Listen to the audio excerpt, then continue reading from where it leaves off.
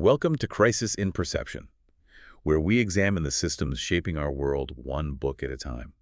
Today, we are putting a specific piece of machinery on the table. It's a machine that, well, I think everyone listening interacts with, usually with a pretty high degree of frustration, but very few of us have actually, opened up the back panel to see how the gears grind together. Yeah. We are talking about the architecture of American democracy. And specifically, we're asking what is, at its core, a systems engineering question today. It's really a diagnostic. Right. Why do democratic systems that claim to be they have representation stamped right on the box. Why do they structurally produce outcomes that the vast majority of citizens seem to oppose? It's a feeling I think almost everyone has, regardless of where they sit on the political map. It's that sense that the output of the government has become almost completely decoupled from the input of the people. You vote, you march, you post, you argue online, and yet the legislative result. It just seems to be determined by a completely different set of physics. Absolutely. And usually when we feel that kind of disconnect, we default to what you could call the villain theory. Oh. We think, oh, it's because that politician is corrupt, or it's because that party is evil, or maybe it's because the voters on the other side are just stupid. Which, it feels good in the moment, right? Yeah. It gives us a target for the anger. It does, but it doesn't actually solve anything. It doesn't explain the pattern. So today, we are stripping all of that away. We're setting it aside. We're looking at They Don't Represent Us, Reclaiming Our Democracy by Lessig.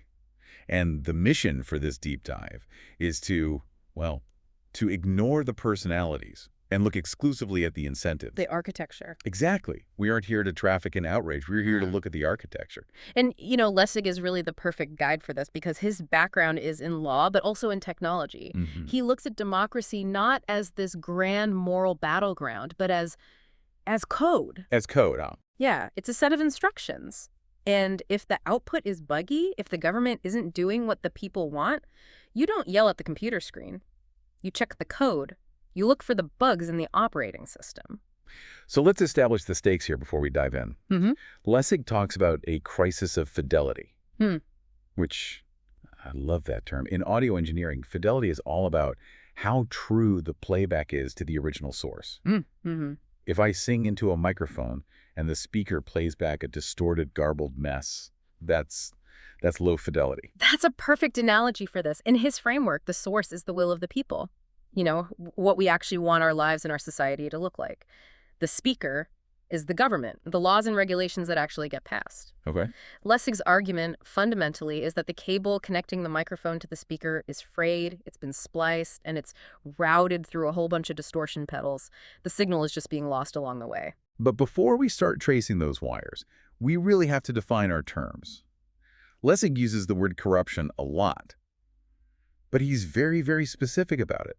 He's not talking about the kind of, Sopranos or House of Cards version of corruption, is he? No, and this is probably the single hardest hurdle for most people to clear when they first encounter his work. Right.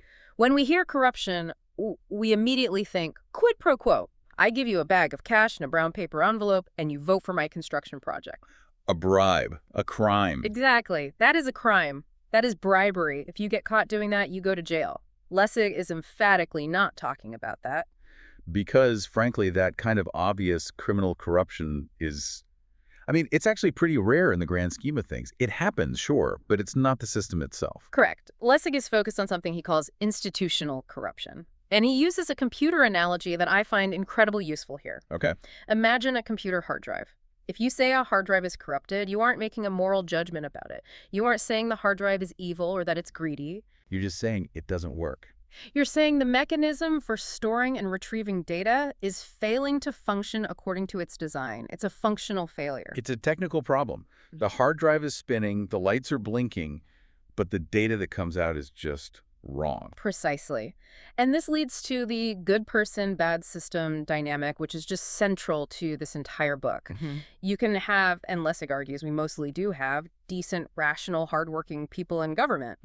But if you take a good person and you place them inside an institution where the incentives for survival require them to behave in ways that distort the public will, they will follow those incentives. Because if they don't survive. They lose their seat. They're out. They get replaced by someone who will follow the incentives. So the system itself, through a kind of natural selection, weeds out the people who won't play the game. It selects for the behavior that looks like corruption to an outsider, but just feels like survival to an insider. Okay, so the hard drive is corrupted. Lessig then divides this failure into two main sectors, which kind of gives us a roadmap for today. There's the unrepresentative them. That's the machinery of the government, Congress, the Electoral College. And then there's the unrepresentative us. And that second part is the really uncomfortable one, isn't it? It is. It's easy to blame them. It's much harder to accept that us, the citizenry, public opinion itself, has been warped to the point where our input signal is, in itself, distorted. So we aren't just the victims of a bad listener. We might be screaming nonsense into the microphone to begin with. It's a feedback loop, and we have to look at both sides of it. All right, let's start with them. Let's pop the hood on the government itself. To understand the modern dysfunction, Lessig takes us back to the 19th century and a man named William Boss Tweed. Now, Tweed is practically a cartoon villain in American history, but I want to dig into how his machine actually worked. It wasn't just that he was, a big guy smoking a cigar. No, not at all. Tammany Hall was a masterpiece of political engineering. It was a system. And Lessig boils down that system into one concept, Tweedism. And the quote that defines it is just. It's perfect, Tweed said. I don't care who does the electing as long as I get to do the nominating. That distinction, nominating versus electing, that's the whole ballgame. It is the entire game. Think about the mechanics of voting in New York in the 1860s. There wasn't a standard government-printed secret ballot like we have today. Right. You didn't go into a private booth with a curtain? No.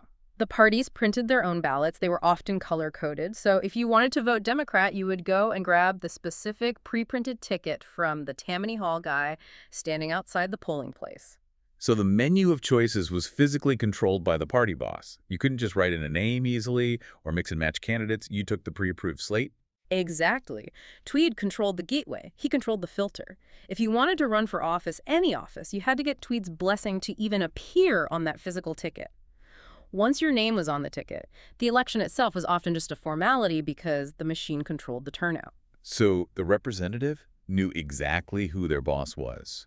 And it wasn't the voter who dropped the paper in the box? No, it was the man who put their name on the paper in the first place. That creates a dependency. The politician is fundamentally dependent on the nominator, not the elector. And that is the textbook definition of Tweedism. Any system where a gatekeeping faction, separate from the public, selects the candidates, leaving the general public to merely ratify a choice that's already been made for them. Now, we like to think we've moved past that, right? Yeah. We have secret ballots now. We have primaries. Boss Tweed died in jail. But Lessig's argument is that Tweedism didn't die. It just evolved. It went digital. It went financial. He calls it the green primary, and this is the first and maybe the most powerful filter in our modern system.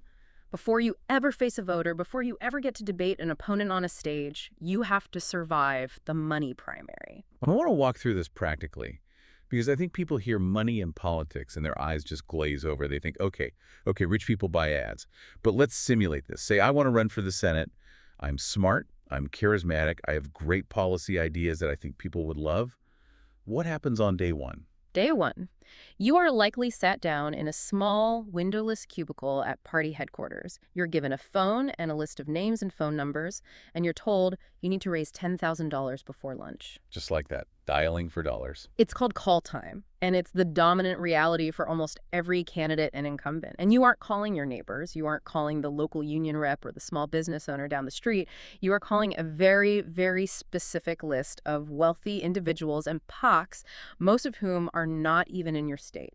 These are the green tweets. They are the new nominators, the green tweeds.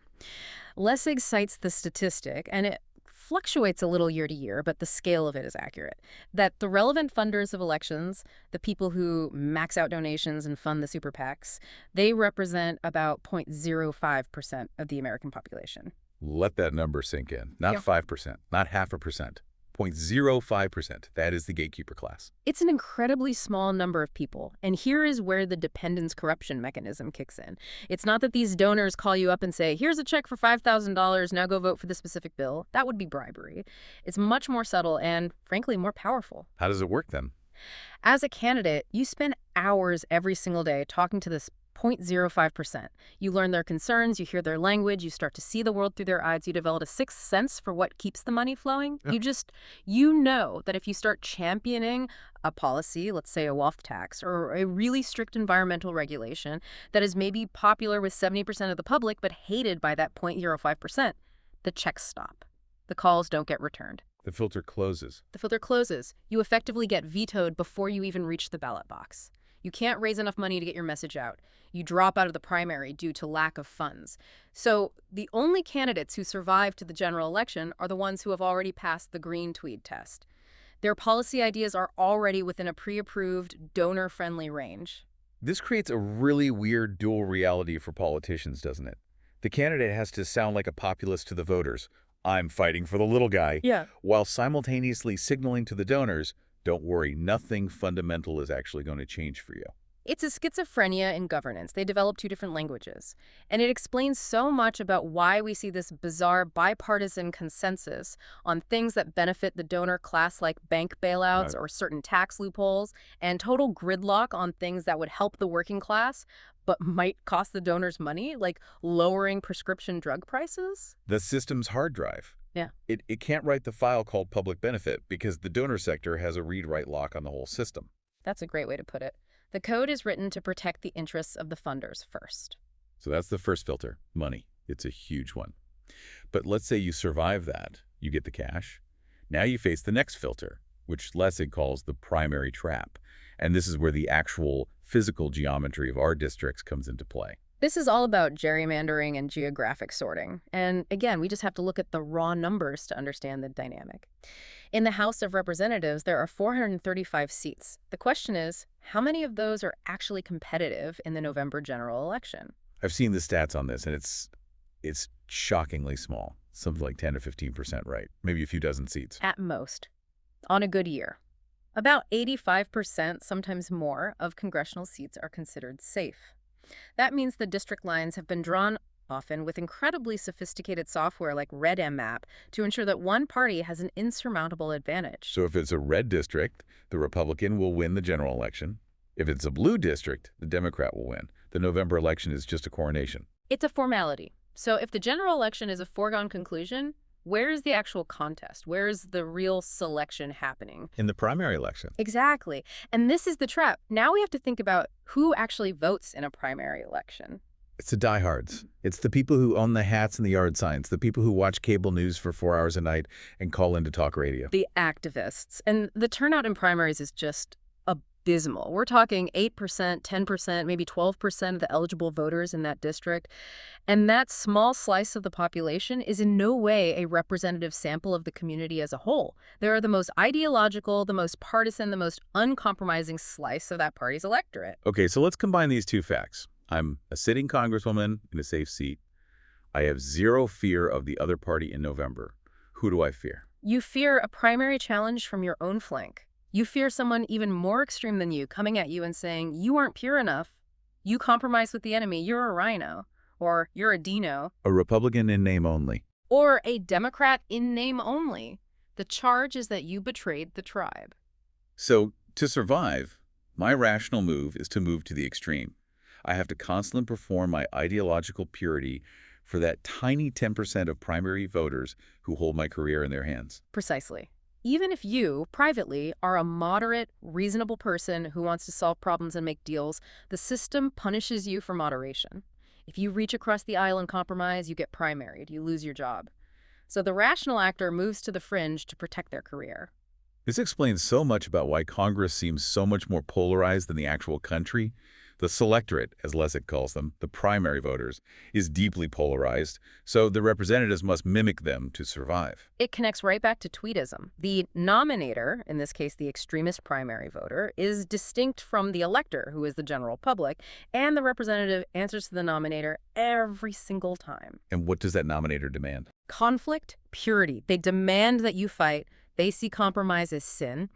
So we get a Congress of warriors, not a Congress of problem solvers, because the selection mechanism filters out the problem solvers before they can even get to Washington. Okay, so we have money as a filter, pushing policy toward donor interests. Mm-hmm. We have primaries as a filter, pushing politicians toward ideological extremes. Mm-hmm.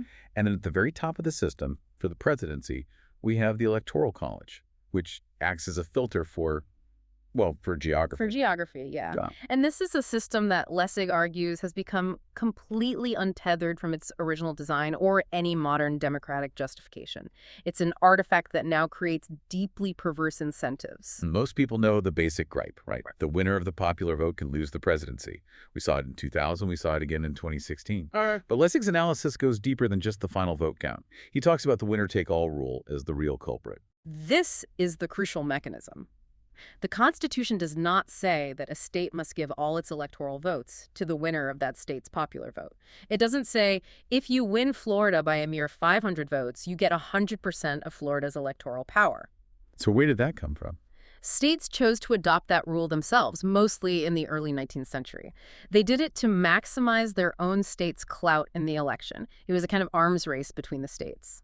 But the result, structurally, is that it turns most of the country into spectators. It creates what you could call swing state democracy. If you are a Republican voter in California or a Democrat in Oklahoma, your vote for president is, mathematically speaking, irrelevant. It literally does not change the count that matters in the end. The system's hard drive doesn't even record your input. And this isn't just about feeling left out of the campaign with no ads or candidate visits. It actually changes policy. Lessig uses this incredible example about offshore drilling that I think perfectly illustrates the them problem. The Florida versus New Jersey comparison. This was during the Trump administration, but the logic applies to any administration, red or blue. The administration proposed opening up vast new areas for offshore oil drilling on the Atlantic coast. Which, generally speaking, nobody who lives on the coast of any state actually wants. Nobody wants oil spills on their beach. It's bad for tourism. It's bad for the environment. Right. So the Republican governor of Florida, a crucial swing state that the president needed to win for re-election, complained loudly. He said, "We can't have this. It will kill our economy." And almost immediately, the administration granted Florida a special exemption. Okay, fine. No drilling off Florida's coast. A victory for the people. A victory for the people of Florida. But the governor of New Jersey, also a coastal state, also deeply opposed to drilling, asked for the very same exemption. So what happened? They were denied. Flatly denied. Why? Because New Jersey is a safe blue state. A Republican administration knew they were going to lose New Jersey in the election anyway, so there was zero political cost to ignoring them. They knew they absolutely needed Florida to win, so they had to listen. That is the system in a nutshell. The president, as a rational actor, represents the interests of the swing states. The senators represent the interests of the donors and the primary activists. Who represents the rest of us? Structurally, no one. That is the fidelity gap. The ISS signal is filtered out by money, geography, and primaries before it ever reaches the policy-making machine. It's a pretty devastating diagnosis of the them problem. But Lessig argues it's actually worse than that. Because even if we could magically fix the machine, even if we got rid of the money, fix the gerrymandering, abolish the Electoral College, the signal we're sending into the microphone is, well, it's garbage. This is the U.S. problem. And honestly, this is the part where the listener might want to pause and take a walk, because it requires admitting some really hard truths about our own minds and our media environment. We tend to view ourselves as these noble, informed citizens who are just being ignored by a corrupt system. The narrative is, if only they would just listen to the people. But Lessig forces us to ask, which people? Exactly. The people who think the earth is flat. The people who think the other political party is engaged in a vast, secret, criminal conspiracy. Which public will are we talking about? To understand this, we have to talk about the information ecosystem. Lessig draws a really sharp distinction between the era of what he calls broadcast democracy and our current internet and cable democracy. Right. Broadcast democracy, that's the Walter Cronkite era. 3 TV channels, maybe a couple of major newspapers in your city. Pretty much everyone watched the same news. It wasn't perfect, I'm sure. Oh, not at all. It was narrow, it was often biased toward the establishment, it ignored a lot of voices. But it did create one thing, a shared baseline of reality. A common set of facts that everyone was working from, even if they disagreed on the interpretation. And crucially, it provided what Lessig calls inadvertent exposure. What do you mean by that? It means you didn't have to consciously seek out the news to see it. It was ambient. It was in the culture. You turned on the TV to watch a sitcom like I Love Lucy, and you couldn't help but catch the evening news right afterwards. You were exposed to general facts about the world just by being part of the culture. But today, of course, we live in a completely on-demand world. We don't just choose our entertainment, we choose our reality. And the business models of the platforms we use to choose that reality, they're not designed to inform us. They're designed to engage us. This brings us to the Frito-Lay analogy. I love this analogy because it's so tangible and non-political. Frito-Lay makes chips. They want to sell as many chips as humanly possible. Right. Their goal is profit. Frito-Lay is not in the business of public health. They are in the business of consumption. They employ food scientists to figure out the exact perfect ratio of salt, sugar, and fat that hits the bliss point in your brain and makes you physically unable to eat just one. They're hacking our biology for profit to drive consumption. Precisely. Now, just apply that same logic to the media landscape. Facebook, X, Fox News, MSNBC, they are not in the business of a healthy democracy. They are in the business of attention. They sell your eyeballs to advertisers. That is the product. So what is the salt, sugar, and fat of the news business? What is the equivalent of the bliss point that keeps us scrolling and clicking? Outrage, fear, validation, and above all, tribal identity. Look at this horrible thing those people did today. That's the stuff that triggers the dopamine hit. It triggers the lizard brain, the amygdala. It completely bypasses the prefrontal cortex, the part of your brain that thinks logically and reasonably, and goes straight for the fight or flight center. He calls this brain hacking. It's a race to the bottom of the brainstem. The algorithms have learned, through billions of data points, that nuanced, complex, boring truth does not travel. It doesn't get likes, it doesn't get shares, it doesn't keep you on the app for another hour. But a story that says, your neighbors hate you and want to destroy your country, that goes viral instantly. And this creates a new kind of ignorance. He calls it toxic ignorance. Yes. And we need to distinguish it from another kind. There's rational ignorance, which is, I'm busy, I have a job and kids, I don't have time to become an expert on foreign policy in Yemen. That's fine. That's a normal, rational response to a complex world. Toxic ignorance is totally different. It's when you think you know something, but what you know is actually false manufactured nonsense that primarily serves to signal your tribal loyalty. It's like, I believe X not because I've researched it, but because I know people on Team Red believe X, and I'm on Team Red. Exactly. It's not about truth. It's about wearing the team jersey. And if I come along and show you a fact check that proves X is wrong, you don't say, oh, thank you for correcting me. You attack me. Right. You see me as an enemy combatant who is trying to strip you of your uniform and your identity. This completely breaks the whole marketplace of ideas concept. The whole theory of democracy is that we all debate different ideas, the best ones win out, and we move forward as a society. But if we are living in fundamentally different manufactured realities... There is no debate. There is only tribal warfare. And this is the U.S. crisis. If the input signal being fed into the democratic machine is 50% hallucination and 50% tribal screaming, even a perfectly designed government couldn't process that into good policy. Okay, so let's try to map this whole system out because it's a lot of moving parts. It really feels like a kind of Rube Goldberg machine of dysfunction. Let's visualize it. Let's list the key actors. You have the donors, the green tweeds. Their core incentive is return on investment. They want policies, tax breaks, deregulation that favor their financial interests. Okay. Then you have the primary voters, the activists. Their incentive is ideological purity and validation. They want to see their tribe win and to punish any hint of compromise or betrayal. Then the media platforms. Their incentive is ad revenue, which is a direct function of engagement, of your attention. They want to keep you angry and clicking because that's what sells. And finally, caught in the middle of all this, you have the politicians. And their incentive is brutally simple. Survival, re-election, everything else is secondary. And the feedback loops are what connect them all together and make the machine run. Right. Let's trace the main one, the polarization loop. It goes like this. 1, gerrymandering creates safe seats. 2, safe seats make the primary the only election that actually matters. 3, primaries reward and select for ideological extremists. 4, those extremists go to Congress and create gridlock because compromise is forbidden. 5, gridlock makes the general public frustrated and angry. 6, the media monetizes that anger with more outrage-fueled content. 7, the public consuming this content becomes even more polarized and sorted into tribes. 8, and that just feeds back into the primaries, making them even more extreme. The cycle repeats, getting faster and more intense every time. And all the while, the money loop is running in the background. The wealthy donors who fund the candidates get policies passed that make them even wealthier, which gives them even more capital to influence the next green primary. It is a self-reinforcing, stable system. And that is the absolute tragedy of it. It is not breaking down. From the perspective of the actors inside it, it is functioning exactly as it is designed to function. Lessig calls this a coordination failure.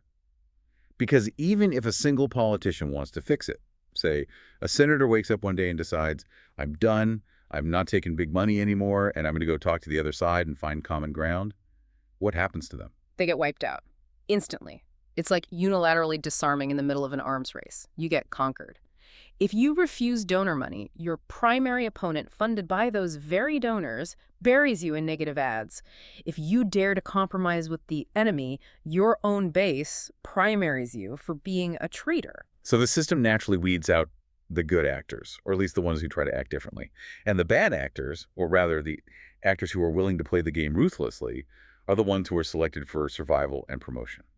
It creates an incentive trap that's almost impossible for an individual to escape. It paints a picture of almost total deadlock. The machine is broken, but the mechanics who could fix it are locked inside the room and rewarded for keeping it broken. And the people outside are screaming at each other based on manufactured hallucinations. It feels pretty hopeless. If you stop the analysis there, it is completely hopeless. It really looks like the late stages of a dying empire. You have a massive legitimacy gap where the government has, say, a 10% approval rating, but incumbents have a 98% re-election rate. That is a recipe for revolution or just a slow, grinding collapse. But Lessig didn't write this book just to tell us we're doomed. He does propose a way out. And it's not the usual stuff like vote harder or start a third party. It's a structural patch that I found fascinating because it trusts us, the regular people, in a way the current system absolutely does not. This is the concept of civic juries or deliberative polling. And to really understand it, we have to look at the difference between how we behave as a consumer versus how we behave as a juror. Okay, that's an interesting distinction. We all know what a consumer is. We're consumers when we scroll Twitter or watch cable news. We're impulsive, emotional, reactive, looking for that quick hit of validation or outrage. But now think about a quote jury. If you're called for jury duty, the entire context changes. You are taken out of your daily life. You are put in a room with 11 strangers from different walks of life. You are given a specific, solemn responsibility. Right. You are forced to sit quietly and listen to evidence, actual evidence presented by experts, subject to cross-examination. And then, most importantly, you have to deliberate. You have to actually talk to the other jurors, listen to their perspectives, and work together to reach a reasoned verdict. You can't just shout, I don't like his face, he's guilty. You have to justify your reasoning based on the evidence presented. Exactly. And the miracle of the jury system, for all its flaws, is that regular people who might be partisan hacks on Facebook in their spare time, tend to take this responsibility incredibly seriously. They rise to the occasion. They become more thoughtful, more nuanced. They search for the truth. So Lessig's big question is, what if we applied this same structure to making laws? What if, instead of relying on these junk food opinion polls, where you call someone at dinner and ask, quick, do you like the carbon tax? And they say no, because they heard a 30-second soundbite about it on TV. What if we convened a civic jury? So walk us through the mechanics. How would this actually look in practice? You'd use a process called sortition, which is just a fancy word for random selection, like a lottery. You'd randomly select, say, 500 citizens, but it would be a stratified random sample, so the final group looks like America. It has the right proportion of Democrats, Republicans, independents, the right mix of ages, races, income levels, geographic locations. So you have a statistically accurate mini-America in a conference hall. Precisely. Then you bring them all to one location for a weekend or maybe even a full week, and you pay them for their time. You treat it like a job, not a burden, so everyone can afford to participate. Then you have them study a specific complex issue. Let's say it's healthcare reform. You bring in a balanced panel of experts from the left and the right. They give presentations. The citizens get to ask them direct questions. They can request specific data. They get briefing books that are vetted for neutrality. So you're removing them from the toxic information environment. You're taking them out of the Frito-Lay factory. There are no cameras, no pundits yelling at them, no Twitter feeds. And then, after they've been briefed, the citizens break into small, moderated groups and just talk to each other. A farmer from Iowa talks to a software engineer from Seattle. They just have a conversation as fellow citizens. And at the very end of this process, you poll them. After learning all of this and talking with your fellow citizens, what do you now think we should do about healthcare? And has this been tried? Or is it just a theory? Does it actually work, or does it just turn into a shouting match like Thanksgiving dinner?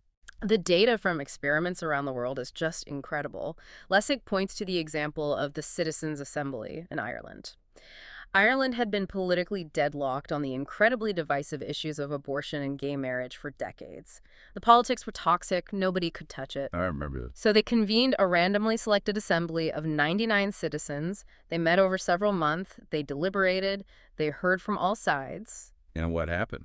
They produced a set of recommendations that were thoughtful, compassionate, nuanced, and ultimately widely accepted by the public. They paved the way for national referendums that legalized both in a deeply Catholic country with massive public support. The people, when given a chance to act as jurors rather than as consumers, solved a problem that the politicians couldn't touch for a generation. Wow. We saw something similar in Iceland after the 2008 financial crash, with their efforts to draft a new constitution, right? Yes, and in British Columbia on electoral reform, and in many other places. The consistent finding is that when you strip away the game of politics, the fundraising, the primaries, the sound bites, and you just ask a representative group of people to solve a problem together, they usually agree on much more than we think. So the argument is that we are not actually as divided as we appear to be on TV. The division is an engineered product of the filter. When you remove the filter, the division shrinks dramatically. Exactly. The extreme polarization is an engineered output of the money media primary machine. It is not the natural default state of the American people. So to be clear, Lessig isn't suggesting we dissolve Congress entirely and replace it with 500 random people running the country, is he? Not entirely, no. But he is suggesting we integrate these deliberative bodies into our existing system as a new check and balance. Imagine if, before Congress could vote on a major bill, a civic jury had to review it and issue a public recommendation or even a kind of shadow veto. So it would act as a powerful check. It would be a new voice in the system that says to Congress, hey, we, the informed, deliberative public, actually hate this bill you're about to pass for your donors.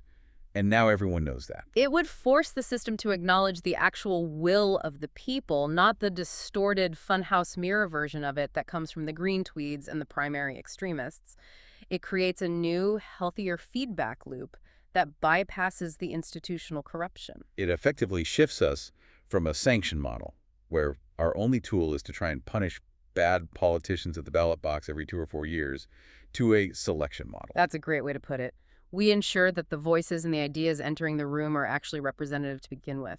We fix the input signal before it even gets to the corrupted machine. It's a hopeful place to land, but it's also a huge challenge.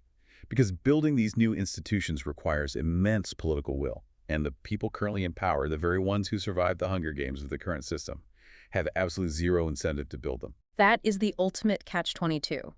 The system will not fix itself.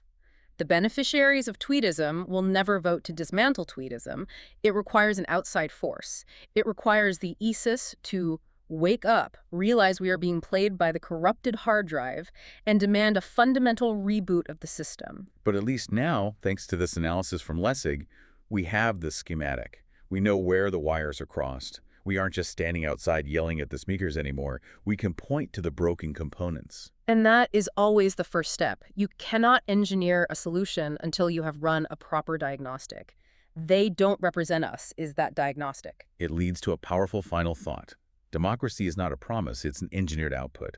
And like any complex machine, it requires specific conditions to function properly. Specifically, it seems it requires a mechanism for the people to actually be heard over the deafening noise of money and extremism. If we don't fix the architecture, we can't possibly fix the outcome. Well said. A massive thank you to Lawrence Lessig for this work.